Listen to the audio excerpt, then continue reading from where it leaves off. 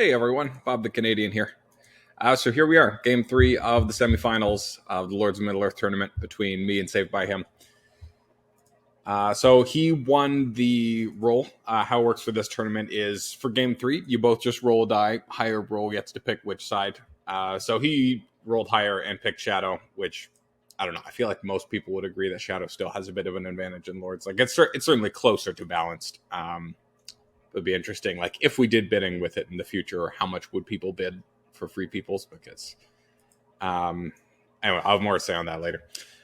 So he starts with Fighting Urukai and War of Sword and Toil, great cards, and I start with Riders of Theoden and 3 Rings. So like, yeah, decent cards for both of us. So I do my usual Narya Gandalf guide, Gimli out in Erebor. So he gets 1 token, and away we go. So it's a pretty good start for me here in terms of roll. Just that I've got 4 movement here, and he only rolled 1 eye. It's there's not a lot of math to do about it. So I think about not moving, but then I remember last time he played Phlox first, and I figure, you know what, I'd rather get that 1 and 6 movement first before he, puts Phlox down, and it's a 4, so that misses. That's nice. Would have been frustrating for that to get hit. And then there's War of Sword and Toil, so that's actually the other card that could come out on turn 1 to make moving early worse. Especially with 3 rings in hand. Like he put that down, and I was so sad because 3 rings is such a strong card, like debatably the most powerful card in the entire Free People's character deck. Maybe Mithril Code and Sting, maybe Deadman in the right spot. Anyway, but just the fact that like if I move and take a casualty, I for sure lose this card, and it's super not playable right now. Like I thought about maybe using Gandalf's ring on one of these dice to do something else so that I could then play it and try to at least get some value first. But yeah. Well, anyway. So now I pass because obviously he doesn't have any character cards, so there's nothing else he could do.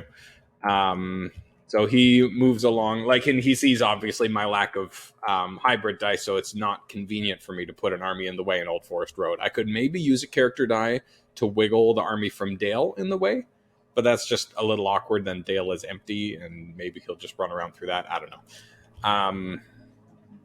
Also, kind of just, I'd rather hit the gas, and just keep moving with the Fellowship. But of course, I get hit and revealed on the next step anyway, 1 at 5. So, and it's a 2 reveal, so I could take 2 damage and keep Gandalf for the sake of not losing 3 rings. Or I can lose Gandalf, and then I have Strider's ability now so that I can hide and move twice again. It's just tough because like how long do you want to delay Gandalf just so you can maybe play this card and maybe get 1 ring back? Like it's really more powerful later in the game when you can try to get Galadriel's and or Elrond's ability reused.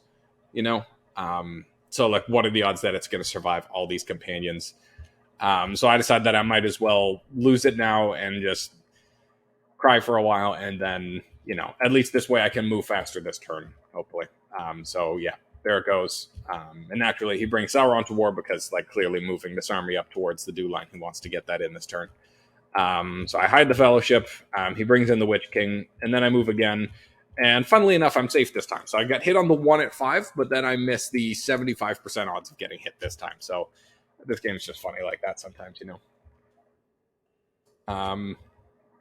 Then I pass because, again, he has no character card, so there's no way that he can make the Fellowship's life worse right now, so I might as well wait and see what he does first.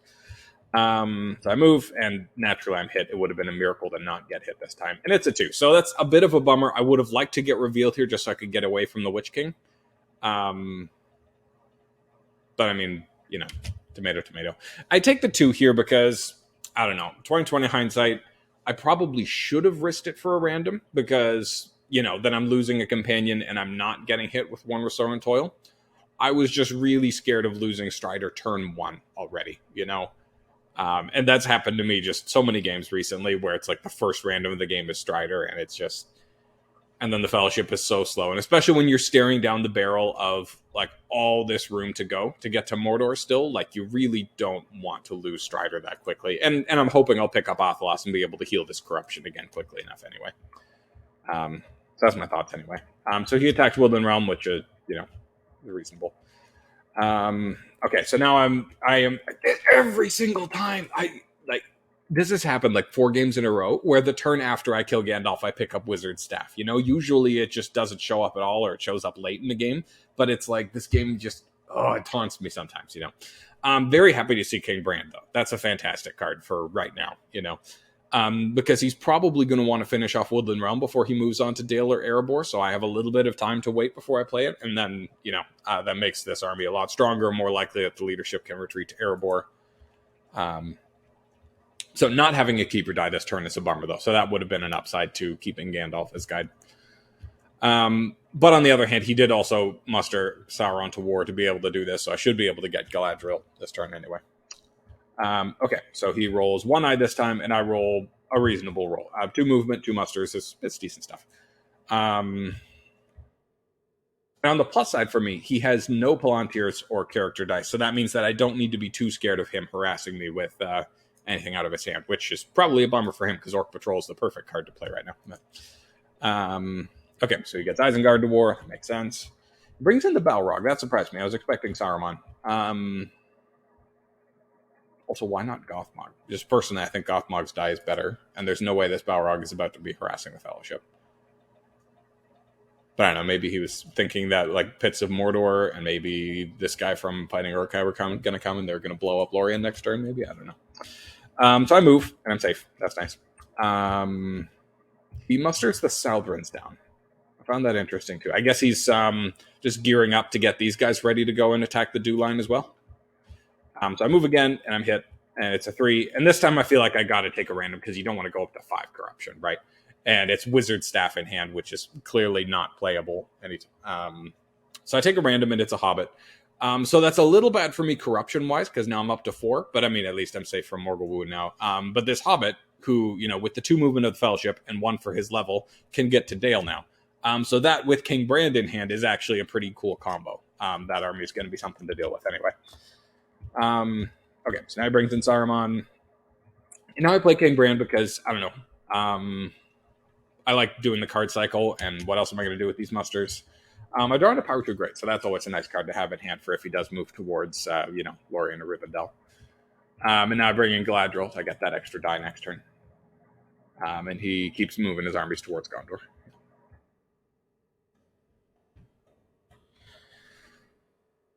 Okay, so interestingly, Fearfire Foes in great company. So Fearfire Foes would have been a lot cooler than if this Hobbit, like if I'd lost him back here and he was over here. But I can still bring in Gandalf the White now. Like, since Gandalf is dead and Saruman's in play, this would be a great turn to bring in Gandalf the White, play Fearfire Foes, and now this army is at war, and I could maybe even muster more to it. Like, the Dew Line's going to be a real mess here. So I declare forward because, I don't know, I mean, might as well dodge potential Nazgul Strike or Nazgul Search, right? Might as well leave those cards not playable. So he rolls 6 eyes. So that's, you know, not ideal for him. Like, 5 is the absolute most you could wish for. Like, that 6th is clearly useless.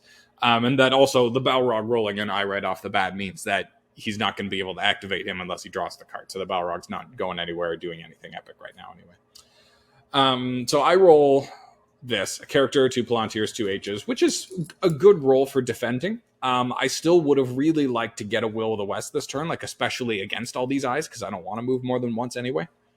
You know, so I decided I might as well move though, because like he has 2 character cards that he could play them, so I might as well. If I get hit and revealed, then I get away from his redrawing ability. So that's something anyway. I do get hit and I do get revealed, so that's fine. 0 reveal, I'm fine with that. Like overall, this turn, I'd call that a win for me anyway. Getting to take 1 step that doesn't hurt me that badly, while he is not making a ton of progress militarily, like that is okay. I'm not going to cry about it. So now he gets Gothmog because obviously the Balrog's die is going away at the end of the turn. I play Riders of Theoden because, you know, I have these 2 hybrid dice to walk armies with, so I might as well get those boots on the ground in Edoras and walk it over to Helm's Deep this turn. That seems a good shoring up move to do to buy the Fellowship a bit more time. Okay, so he moves leadership around. Looks like he's pivoting towards Gondor. He gets to replace the Witch King there. So I guess I was scared he was going to play, I don't know, Morgul Wound or Breaking or something and get a redraw, so that's why I hide now. But I guess he was hoping I would hide and that he plays Orc Patrol, so tomato. And he gets a 1 reveal, so that's a bummer. You know, like there's like no eyes have been drawn yet, so I was kind of hoping he'd get an eye with one of these, but oh well. And now he gets Nazgul Strike. So yeah, I wiggle some armies. Like these guys are here and they're looking kind of threatening, and I haven't mustered Gondor down a step. And since I want to do this army walking while I have the hybrid dice, I decided to just walk a regular back from Osgiliath to Minas Tirith. Just the safer way to make sure I at least have 5 units in there. So he brings armies out closer, and I hide the Fellowship. I'd originally planned on moving armies with these again, but I guess I was feeling like, next turn I want to be able to, move right away so as to not give him more chances to cycle cards. So anyway.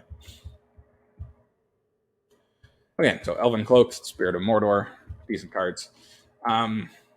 And he was drawing some good corruption cards. The Sealer's Bane, Nazgul Strike. Like, these are really nice cards to get while the Fellowship isn't in Mordor yet, because it feels really bad drawing an eye with one of these tile drawing cards when they're in Mordor. But before Mordor, like, ideally you draw not an eye, but if you draw an eye, at least it's going to go back in the bag for the hunt pool in Mordor.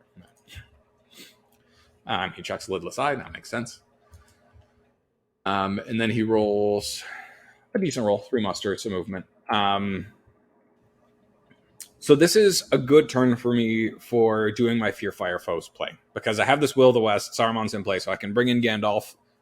So looking at this, my plan is that I'm going to bring in Gandalf in the Grey Havens and then play Fear Fire Foes, but I don't want to do it before I have to. So that's why I think at first I pass, because I like if I don't have to bring it in, because I'm not scared of Day Without Dawn right now because the Southrons aren't at war, right? But as soon as he musters the Southrons to war, then I need to bring in Gandalf the White, or I risk not getting him this turn. But I would rather delay longer to avoid the fact that I have Fear Fire, to avoid showing him that I have Fear Fire Foes. Oh, my words again, all boggled up here. But anyway, so as soon as I put Gandalf the White in Grey Havens, he knows I have Fear Fire Foes. Because if I had Book of Mizarble, I would just play it, because I already have Gimli here in Erebor. So the only reason I would put Gandalf in Grey Havens is Fear Fire Foes. Otherwise, you would just put him in Fangorn so you can threaten and stuff, and so that he can be here to jump into strongholds if he needs to. Yeah, anyway. Right. I remember. And then I end up choosing to go ahead anyway. I'm playing Elven Cloaks just in case he hits me with another tile drawing card like Foul Thing from the Deep, and I lose a companion, and then I lose a random card because Worn with Soratoa, and then I lose Elven Cloaks. And I've got 2 Palantirs. One was for that, one was for Fear Fire Foes. So, yeah, there we go. And he plays the Sealer's Bane and draws a 1. So, again, I'm kind of sad that he didn't draw an eye with either of these. But a 1 is still better than a 3. Like, if he'd drawn a 3, I'd be at 8 corruption. I'd still be 4 steps away from Mordor. Oh, that would be rough. Okay, so now I move because might as well get away from the redrawing if I get revealed, but I don't get revealed. I think I take another random here. Yeah, because it's a great company / brave stand. I'm fine with losing that. I got Legolas, so that's efficient corrupted loss anyway. Like, it's still a bummer getting hit on 3 dice at 6, but that's just how it is. So now he musters the Southrons to war, and now I bring in Gandalf the White. And now he, so there was a pause here where he did the math and did, realize that obviously I must have Fear Fire Foes, or I could be doing just a crazy bluff. But, excuse me, here we are. Yeah, so now I could play Fear Fire Foes to get the North to war, but then he's just going to attack Dale anyway, and then I retreat. So I figure I might as well hold off on playing Fear Fire Foes for now, and just see what he does. So he musters up in Isengard with New Powers Rising and with Saruman's ability. So now he has a strong army in Isengard there. So now I play Fear Fire Foes. Interesting. Why did I do it there? I can't remember. I remember having a reason for why right now instead of waiting another turn. Oh, right. I wanted to have the North at war so that if this army from Fords of Isen is coming, from Morthanc is coming to storm Helm's Deep, I wanted to have the North at war so that I could spend a ring, turn this into a hybrid die, and move this army, at least a couple of them and the leadership, into Erebor, and move this army into Helm's Deep at the same time, so as to, get efficient usage out of that ring. Oh yeah, and I bring Gimli down just, so that if there is a fight there, at least I'm doing a little more leadership damage back, and then this army's going to retreat back to Erebor. So he attacks Dale.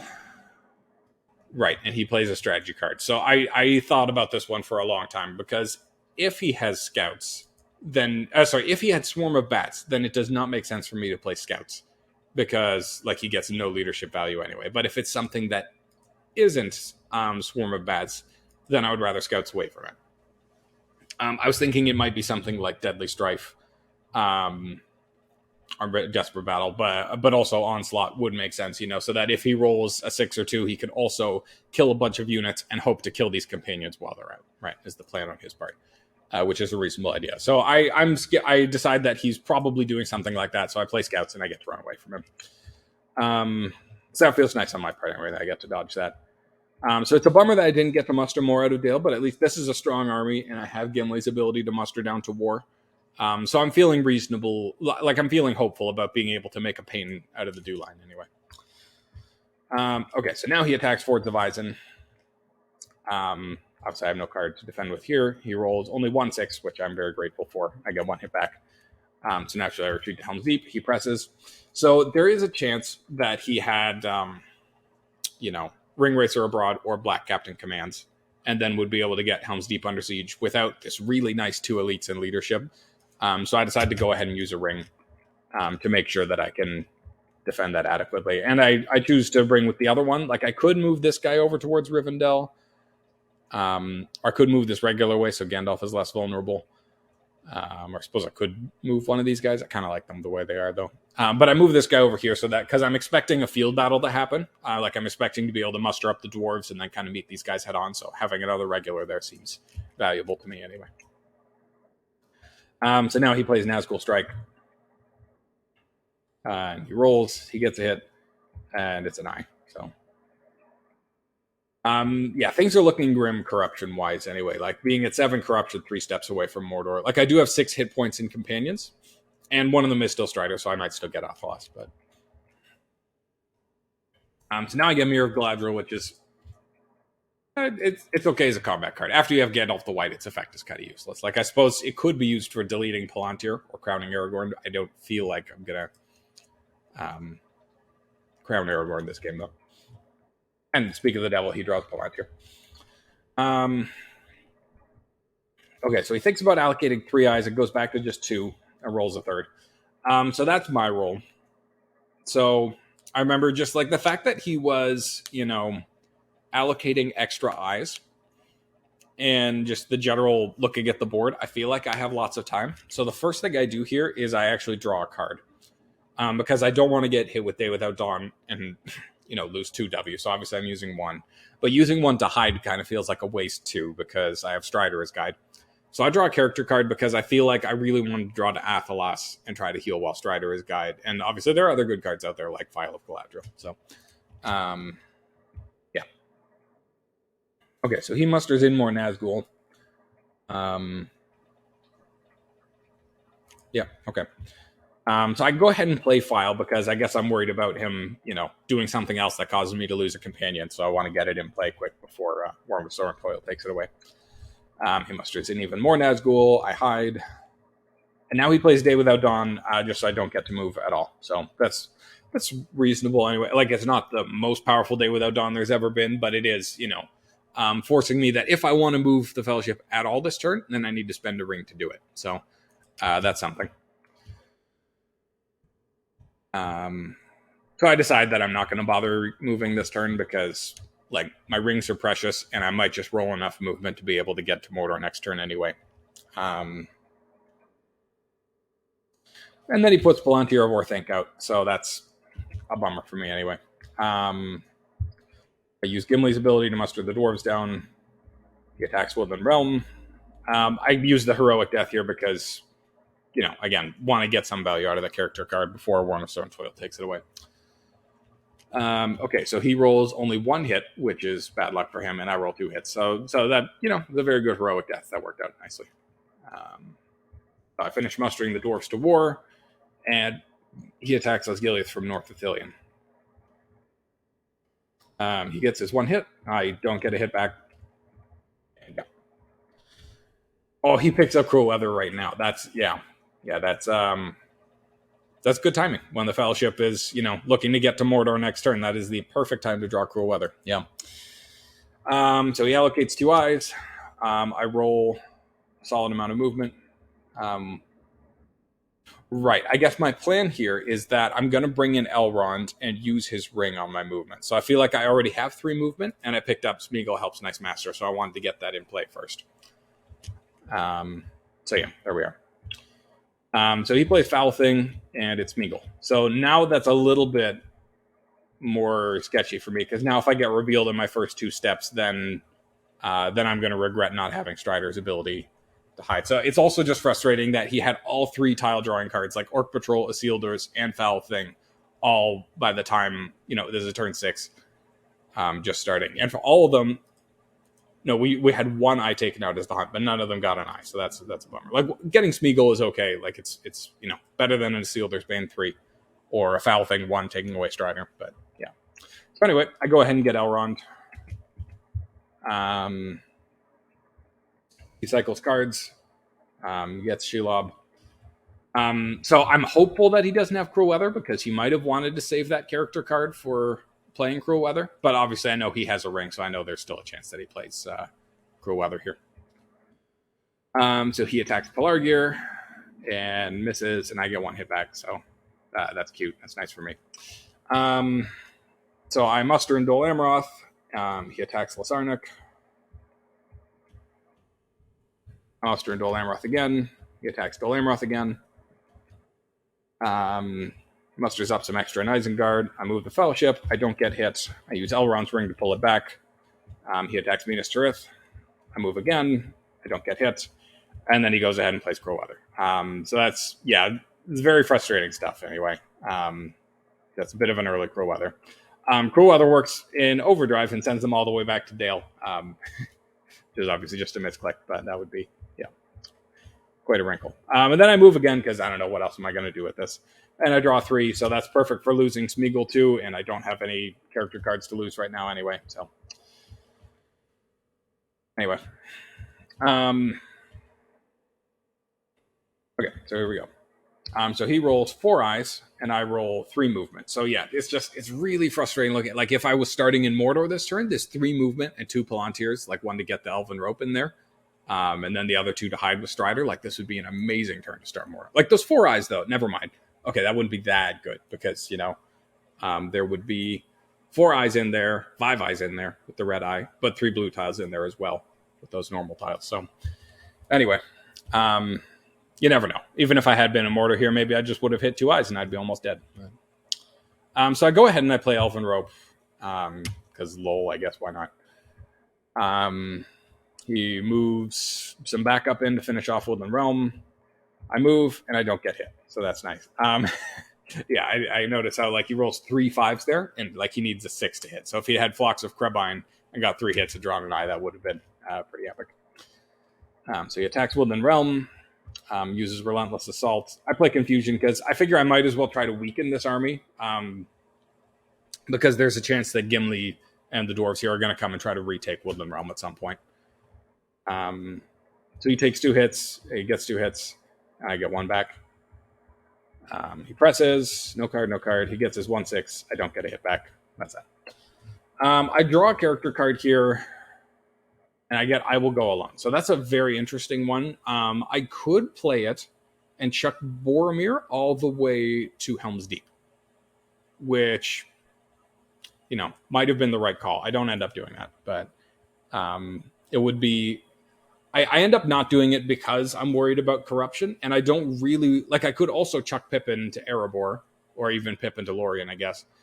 And that would be more corruption neutral, but it would still make things like Breaking and Lure a lot more devastating to me, potentially. Like, for Breaking of the Fellowship, he'd just need to draw 2, and then I lose Boromir and Strider.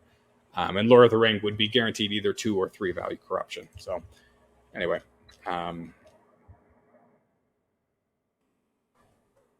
Okay, so he thinks about getting the Witch King, doesn't.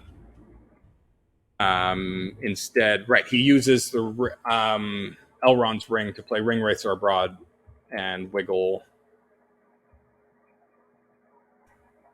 Oh, interesting little glitch here. Like, he moved the Chief of the Ring Wraiths there, but we still have the Black Captain sitting in Southern Ravanian. I wonder if that's like a bug in the replay, or did we actually just have that for a bit and miss it? I don't know. Anyway, right, he's attacking Minas Tirith. He rolled 2 6s. I rolled 2 6s. He presses and he rolls 3 6s, which is frustrating. I get 3 hits back, but that's not really a big deal. Okay, so I muster a regular in Lasarnak and a leadership in Dale, just to be a pain. And he plays Grond on Dol Amroth, and he plays Deadly Strife, which is solid, 4 hits. That's pretty good. I only get 3 back. Second round, he gets a hit. I get none. Third round. So yeah, I have advantageous positions, and a no quarter I could play, but that's probably not going to affect the decision, so I'd rather keep it for power 2 great. He gets another 6. I get 1 hit back. He presses. He gets another 6, and that's the end of Dol Amroth. I didn't have either Círdan or Imrahil in hand, but he didn't know that. So if you can finish off Dol Amroth in one swoop with Grond or something, then yeah, that helps. So he goes back to Minas Tirith. He gets it. I get 1 hit back, but again, not a big deal. What do I do here? I don't even remember. Oh, right, I attack Dale. Because I figure, since I can muster northern troops in anyway, I might as well get this army here and muster some north troops in and then go attack Woodland Realm, is the plan anyway. Especially since I just saw Horde from the east go out. That makes the odds of him getting to muster a turn quickly over in Brune and maybe attack Erebor while I'm gone. It makes that lower. So I play advantageous position here because I'm about to chuck a card anyway, and it reduces his 1 die from hitting me on 5 and 6 to just 6. So might as well. I get my hit. He rolls a 1, so it didn't really matter, but oh well. He wiggles armies along, thinks about it. Yeah, he does wiggle armies. Okay, so Gothmog's die is gone. Elrond's die is still here. Finally in Mordor. It's starting turn 8. It's not great. It's not terrible.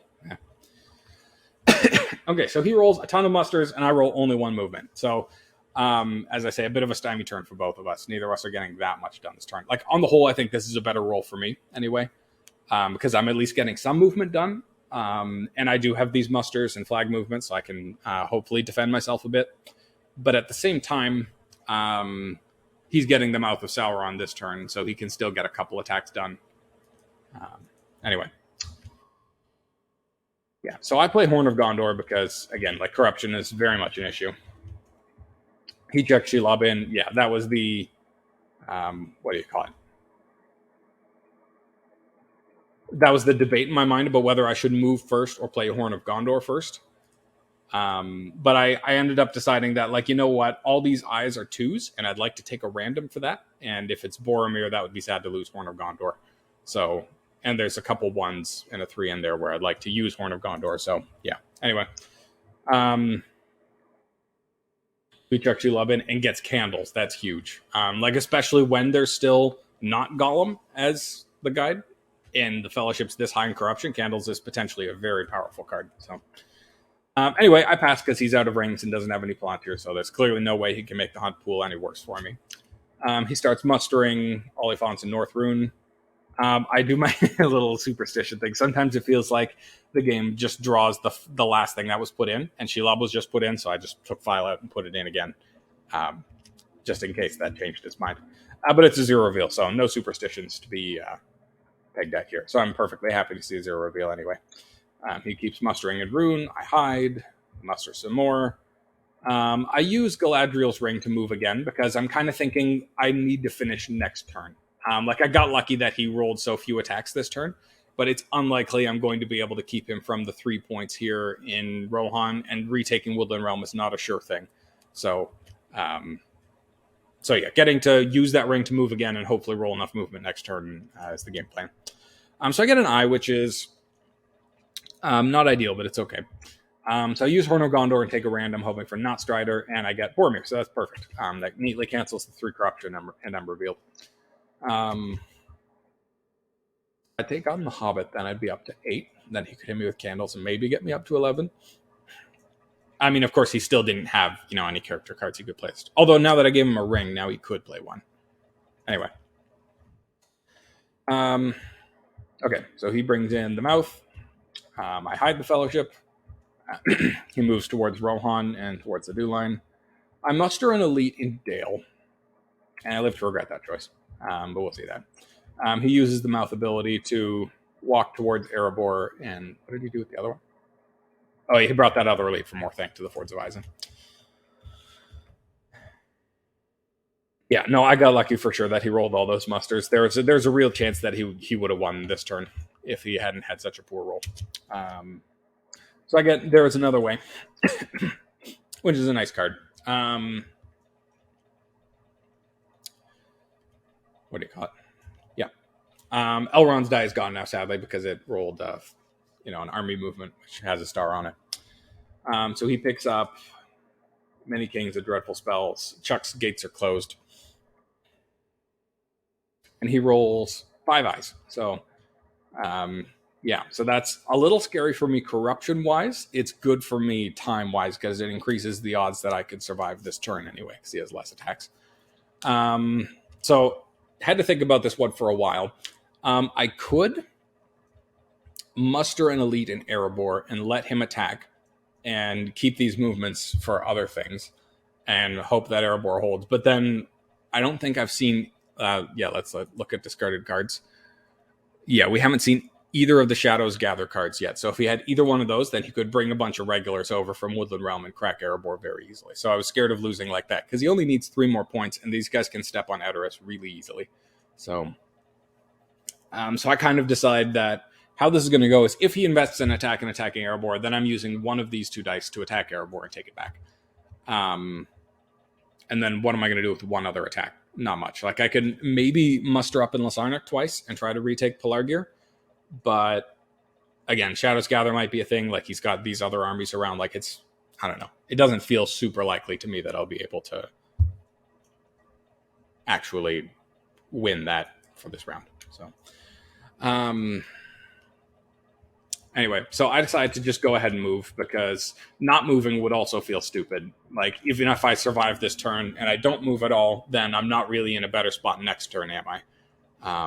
I'll just have 1 corruption more, and military will be still on the brink of losing. So I go ahead and I move, and it's a 1. That's fine. So I'm a little annoyed that I've, put 4 blue tiles in here and haven't got any of them out, but it's still...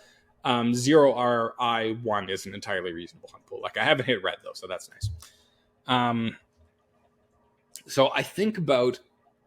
Oh, never mind. Actually, in hindsight, that wouldn't have worked anyway. So I thought about taking a random because if I took a random and it was Pippin, then I could move again. And if it was the 3 or the 1R, then I could lose Strider, bring in Gollum, and he wouldn't be revealed. And then I could use the Palantir to play theirs another way and move and win this turn. But it's very low odds that would work. And also, what I'm realizing now is even if I did get Pippin, then I'm losing a card to Warm Restored Toil, and then I lose Strider, and then I lose another card. So then there's another way guaranteed to be lost. So, never mind. So I just go ahead and eat the corruption. But yeah, very close end. So he attacked Erebor, and I have to attack Erebor.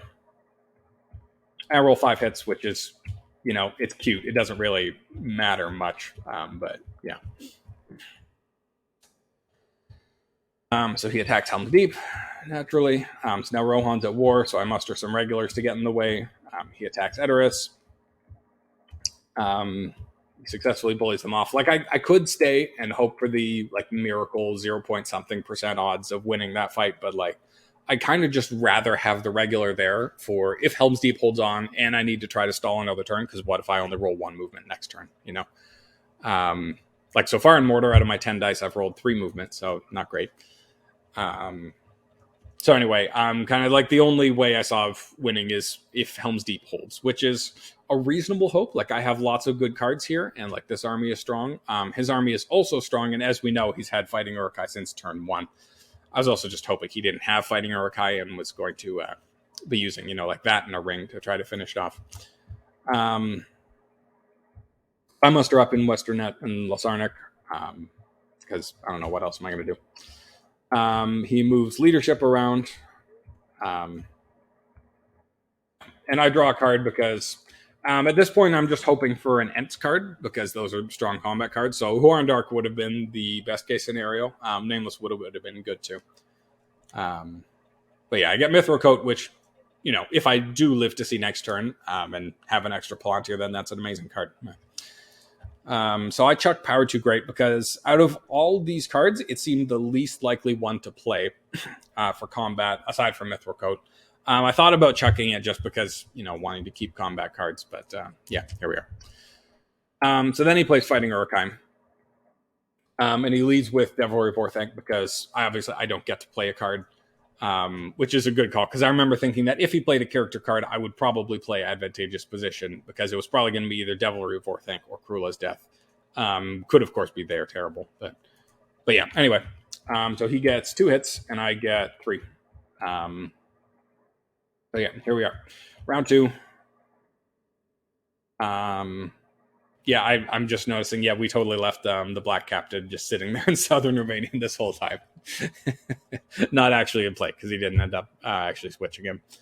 It's the Chief over here is the one that's actually in play. Okay, so he plays a character card, and I think for a while about what it might be, because I'm tempted to play Ents Rage, because this is probably the last turn that I have 5 units to play Ents Rage on, but I think that there's a good chance he thinks he knows that's coming, and he's playing Dread and Despair. So if it's Dread and Despair, this is useless. Daylight wouldn't be very strong into it. I'd rather save it for something like Deadly Strife or Desperate Battle. And Shield Wall might be okay, but there's a good chance that he doesn't roll 2 6s. So I go with Heroic Death here because that seems the most likely to be useful. And sure enough, it is Dread and Despair. So I'm very glad I didn't play Ents Rage there. He forfeits 4 points of leadership, and he rolls 3 6s. So I'm very sad that I didn't play Shield Wall. Would have been better to do that. But, so I get 1 hit back anyway, so that's something. So round 3, he chooses a strategy card. So he did have Desperate. Okay, I feel better about this anyway now. So he could be playing Desperate Battle or Great Host, or I think there's also, there's 2 more Deadly Strifes in the deck, right? There's Corsairs and there's that. So I think I play Daylight here, right? Oh, yeah, never mind. This is Desperate Battle in the Daylight. That's next round I'm thinking about. So that makes sense. So he rolls no hits. So that's super lucky for me, and I get 2 hits back. So that's nice. Have a bit of hope. He's pressing, naturally. Very good odds that I can win next turn if he doesn't win right now. So he plays a strategy card. So I'm scared of one of those other Deadly Strifes, so that's why I'm playing Shield Wall. But he plays Great Host. And he rolls 1 6. So it's a bummer that Shield Wall doesn't trigger, but obviously, would I rather he rolled 1 or 2 hits anyway? It doesn't actually make a difference. And I get only 1 hit back. So so Great Host triggers for him. It's frustrating, knowing that he plays Great Host. Obviously, it would have been better to play Ents Rage because, specifically knowing that he played Great Host and only rolled 1 6, I would have been better off playing Ents Rage. If he'd rolled 2 6s, which is actually more likely, I think, then Shield Wall would have been better. So never mind. I guess this isn't okay. It's not my fault that bad anyway. So then he gets the extra hit from Great Host, and he presses, of course. And now he has no card. Right, because it's Servant of the Shadow, and that is useless because I'm only rolling 1 die. So I play Ents Rage because might as well, nothing else to play. And he rolls a 6, so he gets it. That's the end. Very close stuff. I'm glad that looking at this again, I don't see any horribly obvious mistakes, because it would be sad to, lose the semifinals again. With it as my own fault. It's still sad for me losing it, but it's less bad if it was close and it just came down to the last dice or the last tile draw, because if he'd rolled those 8 dice and didn't get a hit, then we'd be off to the next turn and maybe I would have won. At the same time, you never know. Maybe next turn I just roll no movement, or maybe next turn I just hit both the red tiles. That's always possible too. But actually, would Ents Rage have saved the day anyway? I don't know if it would have. Because I would have gotten 2 hits instead. So then he would have had 3 units to 2. So then Great Host wouldn't have triggered. But like I said, obviously if he just rolled 2 6s, then it would have. Always comes down to stuff like that. Let's take a look at statistics. So, okay, these are swapped though. Because Shadow Player rolled 69 combat dice, Free Peoples rolled 189. So obviously the shadow player usually rolls more. So he got -2 on 6s, +0 on 5s. So, a little below average, but not bad. I got +8 on 6s, but -4 on 5s. So a bit good for me, actually. Yeah. -3 on movement, so that's not great. +2 on mems, +1 on Ps. +3 on M's and H's, +3 on I's. So yeah, that's why we're on turn 9. Like if if he hadn't had that 5 musters turn, this wouldn't have been as close as it was. But then again, if he hadn't had cruel weather, then this wouldn't have been as close as it was. So yeah, this game it's interesting looking at it in hindsight, because there's so many times where you can just look at a little bit of luck and say how different the game would have been if it had been the other way, or if I just rolled like copy and paste turn 1's roll this turn. There's a chance I could have won if I'd had 4 movement instead of 2. But yeah, that's how it goes.